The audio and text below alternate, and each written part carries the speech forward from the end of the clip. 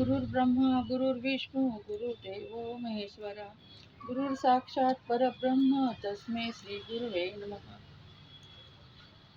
क्या हम ईश्वर सेवा करते हैं तो सिर्फ ईश्वर की भक्ति करना, देवी देवताओं की भक्ति करना, सिर्फ इसे ही ईश्वर सेवा कहते हैं क्या? तो सच्ची ईश्वर सेवा का मतलब ये होता है कि हाँ, हमारे दिल में 24 घंटे ईश्वर को याद करना चाहिए, ईश्वर का स्मरण हमेशा रहना चाहिए। ऐसा नहीं, जानबूझकर याद रखने की कोई बात नहीं है। जो ईश्वर के तरफ जिसका मन लगता है, उसको ऑटोमेटिक ईश्वर की याद रहती ही है, उसके मन में जाप रहता ही है, नाम स्मरण चलता ही है। पर एक बात है, ईश्वर की सेवा करने का मतलब सिर्फ पूजा करना है क्या? तो ऐसा नहीं। जो हम घर में काम करते हैं, घर में मतलब अपने घर में हम हमारे अब अगर औरतें हो तो घर में हम खाना बनाते हैं, हम अपने बेटे के लिए बेटी के लिए कुछ करते हैं, उनकी देखभाल करते हैं, हम हमारे पति के लिए खाना बनाते हैं। ये भी एक ईश्वर सेवा ही हो गई। भले इसका मूल्य हमें पैसों के रूप में ना मिले, तो भी ये ईश्वर सेवा ही हो गई। और ईश्वर सेवा का मतलब ये है कि और एक है कि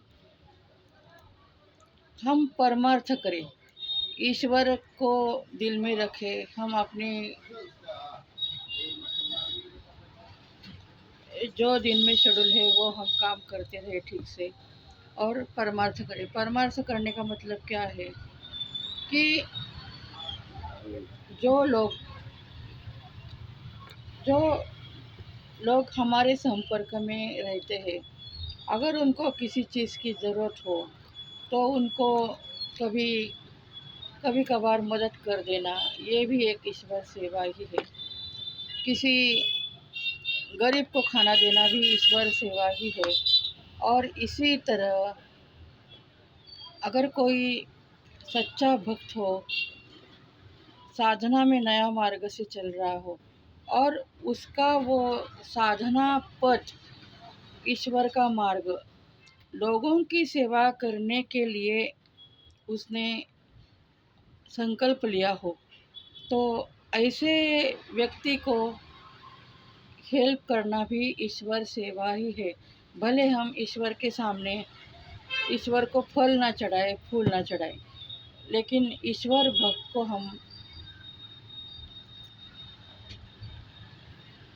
भक्त को भी हम मदद करें, तो भी ये भी ईश्वर सेवा ही हो गई।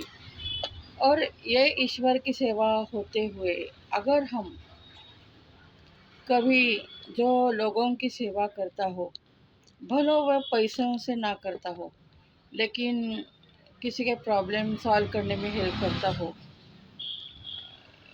हमेशा दूसरों के भलाई के लिए प्रेयर करता हो, और जो अपने दिन रात अपने भक्ति में लीन हो और शरीर से सब कुछ काम करता हो, पैसे मिले ना मिले, अपने घर के लिए, अपने संसार के लिए करता हो और साथ में ईश्वर भक्ति भी करता हो, ऐसे आदमी को या ऐसे औरत को या ऐसे साधक जो भी हो, फिर औरत हो या आदमी हो, ऐसे साधक को हेल्प करना, ये भी हमारी तरफ से ईश्वर सेवा ही होती है।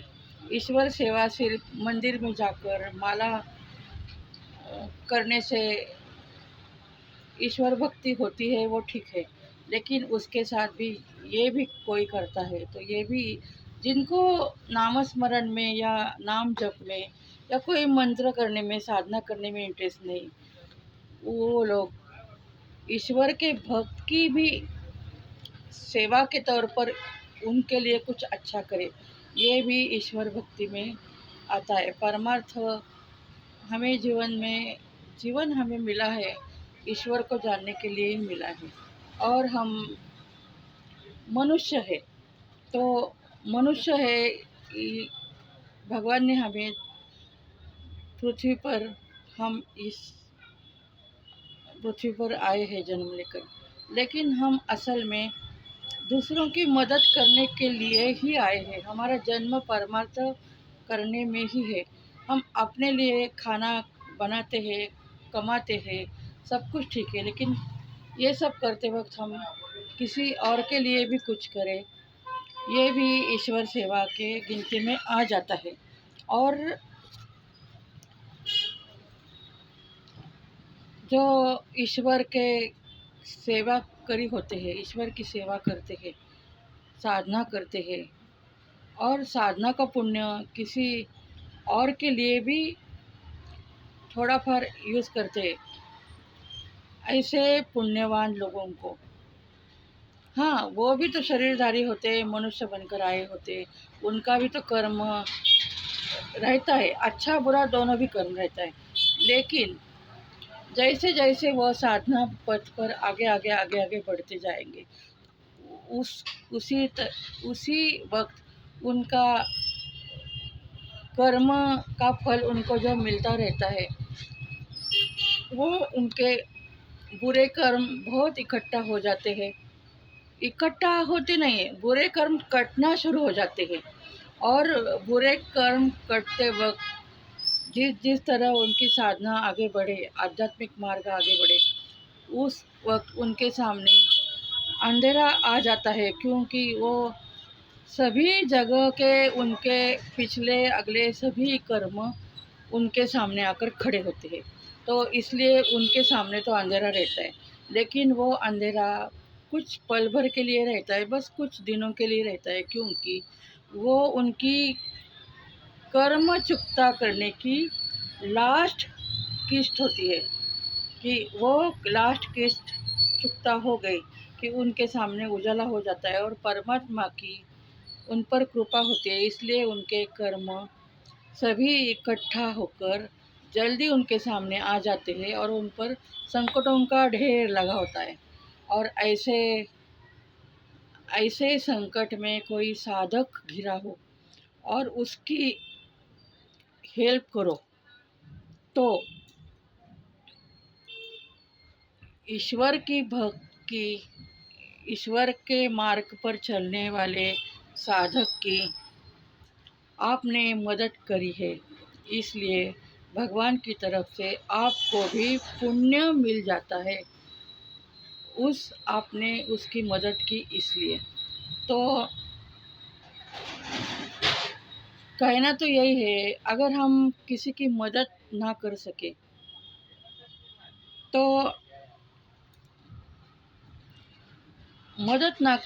तो कम से कम ईश्वर भक्त, ईश्वर की सेवा करने वाले लोगों की, साधना करने वालों की, लोगों की जो साधना करते हैं और दूसरों को अपना पुण्य बांटते हैं, हमें अन्नदान करके, वस्त्र दान करके, मंदिर में भोजन देके, वो क्या बोलते हैं उसे, वो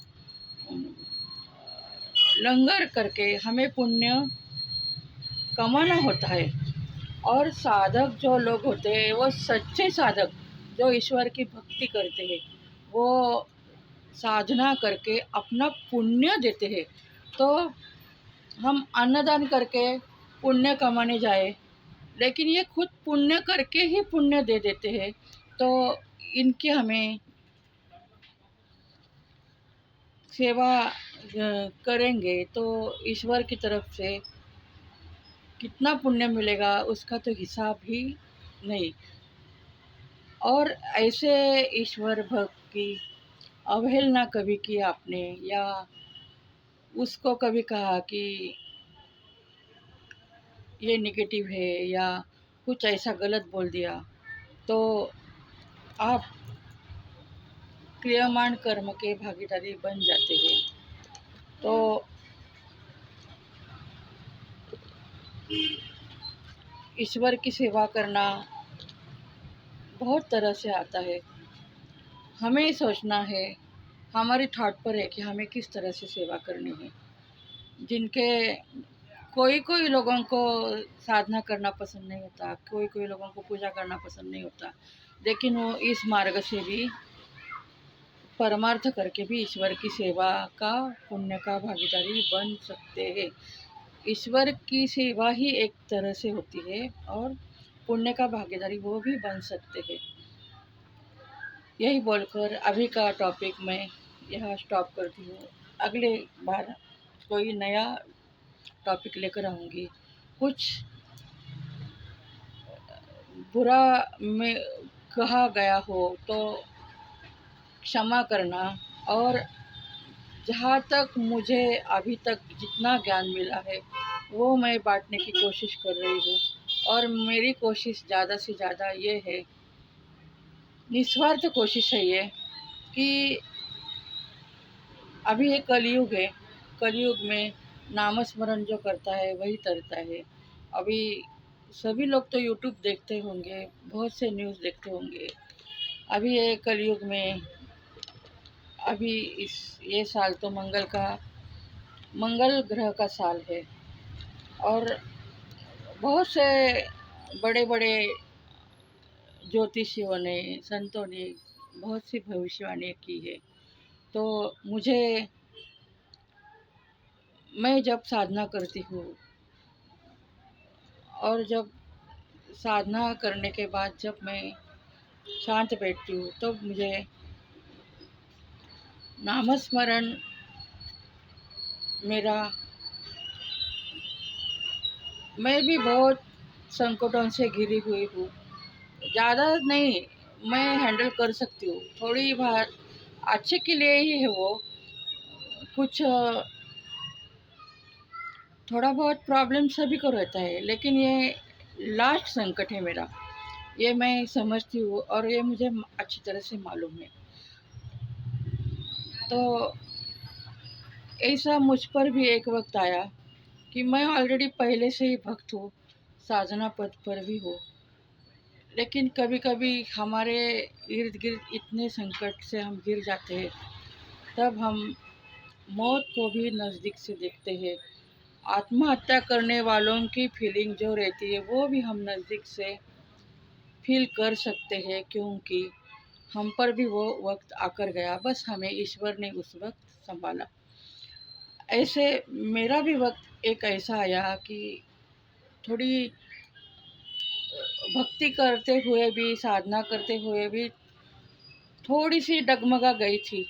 तो उस वक्त मेरे अंदर से, उसी टाइम से, जिस वक्त मेरे मन में थोड़ा सा इधर उधर गलत विचार आ गया मेरे खुद के लिए ही, तो उसी वक्त मेरे अंदर से नामस्मरण शुरू हो गया। और तभी से मैं नामस्मरण ही करना है, यही मैं सबको सिखा रही हूँ और बता रही हूँ। और मेरा वीडियो बनाने का उद्देश्य भी यही है कि सब कुछ काम कीजिए, काम नहीं किया तो पैसे नहीं मिलते, काम तो करना चाहिए ही चाहिए। बस कभी नामस्मरण मत छोड़िए, नामस्मरण करते रहिए। यही मेरा निस्वार्थ भाव से सभी को कहना है। जो लोग मुझे सुनते हैं वो लोग, कोई उसमें से आध्यात्मिक भी होंगे, ऑलरेडी नामस्मरण करते भी होंगे।